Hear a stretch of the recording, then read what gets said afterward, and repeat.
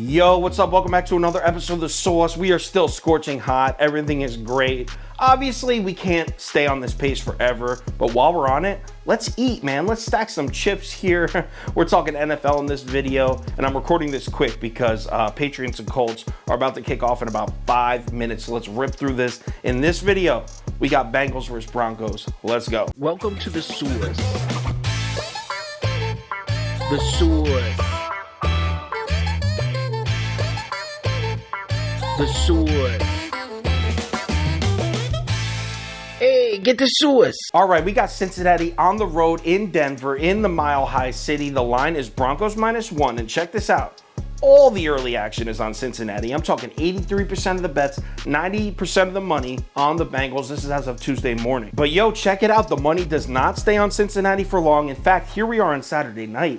77% of the money is now on Denver, and the books reacted to that shift heavy. Line went from Denver -1, 1.5, 2, 2.5. We are now at Denver -3. That's what we're looking at now at Saturday night. So let's cap this game. If you subscribe to this channel, you already know the first step. We're running the numbers through the spreadsheet. According to the analytics, the line for this game should be Broncos -1.49. So that's about a 1.5 lean on the Bengals there. All right, let's run through a quick breakdown. I want to start with some Joe Burrow numbers here. And it's important to know that the Denver Broncos are third in the NFL in man coverage frequency. Only the Miami Dolphins and the New England Patriots run more man coverage than the Denver Broncos. This is the three teams that run a shitload of man. Baltimore is the fourth. So they run a ton of man coverage. The reason that's important is Joe Burrow and this Bengals offense has been eating on man coverage all year. Check these numbers out. So these are Joe Burrow's numbers against man coverage. Joe Burrow is second in QBR against man coverage, first in yards per pass attempt against man coverage, second in completion percentage against man coverage, and fourth in touchdown percentage. This dude loves seeing man coverage. He's been crushing it all year. And yo, check this out. So since the Bengals beat the brakes off the Ravens in week 7, by the way, like I said earlier, the Ravens are fourth in the NFL in man coverage. So the Ravens run a ton of man. The Bengals killed them in week 7.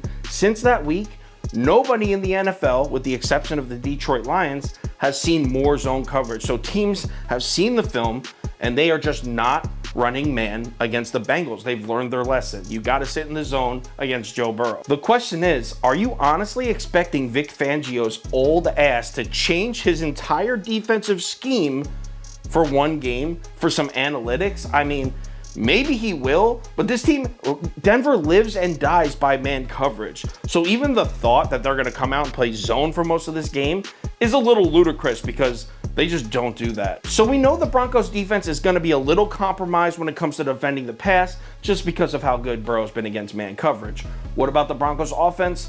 Well, we know that this team has just kicked up the run game. I think it was, I don't have the numbers in front of me, but I think it was in the past 4 or 5 weeks, they're second in the NFL in run frequency. This team is running the ball a lot at an extremely high pace right now. So how does that type of offensive game plan match up against Cincinnati? And the answer is it matches up terribly. Cincinnati's weakness is defending the pass, specifically 15 yards or more downfield.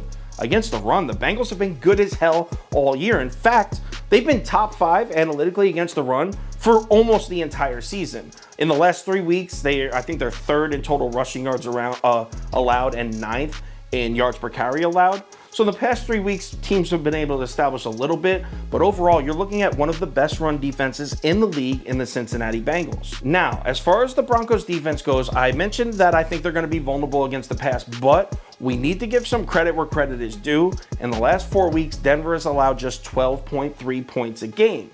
So even though I do think Joe Burrow has a huge advantage against the man coverage that the Broncos run, we have to at least admit that this Broncos defense is playing unreal right now. One last point before I pick, I want to bring up the home and away splits for the Bengals here.